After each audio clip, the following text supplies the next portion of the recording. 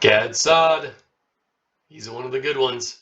He wrote a fantastic book that you should check out called The Parasitic Mind. I get no money for recommending that. I'm just telling you, it's a really good book. It's not that long. It tells you all the problems of the modern world, really explains the mentalities, the negative mentalities that have parasitized the education system, institutions, and a fair amount of corporations. Okay? So he's talking here about how science is being negatively affected from by DEI hires. Do you want to get medical treatment? Do you want to get surgery, brain surgery from a DEI hire? No, thank you. I don't want to. That's too dangerous. I want to get brain surgery from Ben Carson. He's a world renowned. That sounds good to me. Otherwise, I don't think I want to get involved in that sort of thing. No DEI stuff for me, thanks. But here he is. We'll watch a little piece of this interview here. University of Waterloo, which is sort of known as the MIT of Canada, they're very good in engineering and computer science.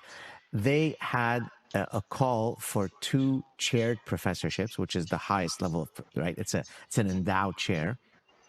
And I mean, I could literally show you the screenshot of their call for professors.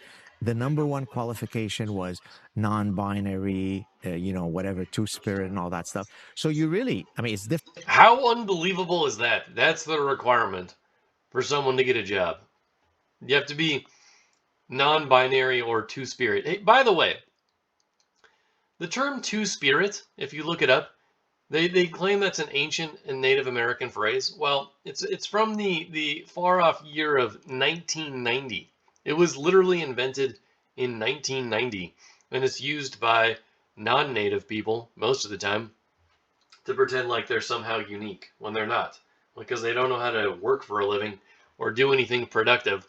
So instead, they want you to focus on their political identity.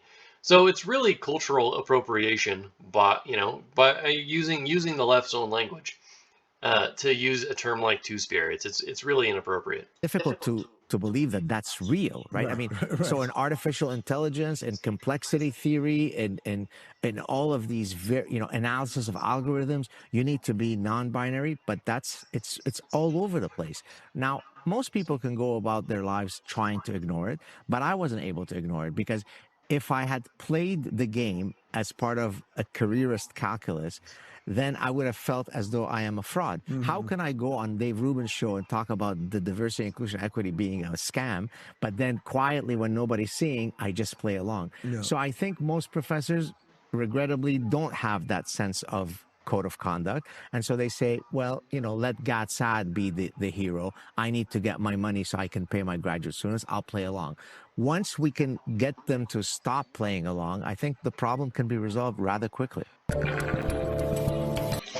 I hope so. It only took a week to get rid of DEI at Tractor Supply. So if people start speaking out and standing up, then we can change those things quite quickly. So, yeah. Anyway, it says here, there's no shortage of examples of how DEI has produced toxic results in companies and academic settings.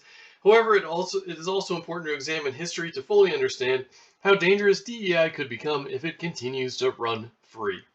Gad Saad, a famous Canadian professor and someone who escaped Lebanon, by the way. He escaped the civil war in Lebanon and persecution of Jewish people. Just barely, and his elder brother. I didn't know that the term for a judo practitioner is judoka. That's interesting. I just learned that. But so his brother did that apparently, and participated in the Olympics. That's pretty cool.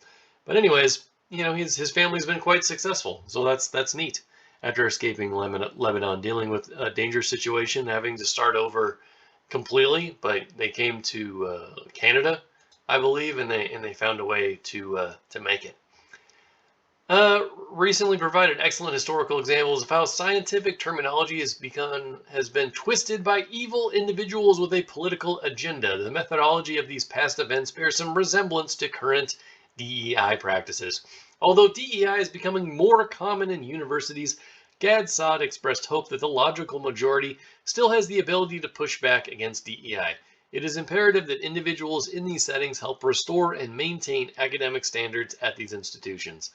DEI and science issues In a recent interview, Saad provided some unique insights about how DEI efforts at universities were harming scientific development. Moreover, he also made some relevant historical precedents of when people misused science to pursue a political agenda. Some of these ideas are not only woke or strange, but could become dangerous if society does not push back. We must push back. DEI faces new criticism. Multiple universities in the United States, such as UNC Chapel Hill, recently removed DEI crap programs after seeing some of their toxic outcomes. Moreover, states like Texas and Florida have banned DEI at all public universities. Unfortunately, though, this is a little addendum. They're just going to rebrand it. They'll say, okay, we won't call it DEI anymore. We're going to call it social emotional learning, or we're going to rename, or when people catch up with that as they are already, we're going to rename it something else. That's what the Marxists are saying, unfortunately. This is a very positive trend as DEI can not only result in political tensions, but also reduce the quality of the institutions, leading academic institutions in the United States should focus exclusively on scientific research, as they can't afford all of the distractions that come with DEI policies. Okay?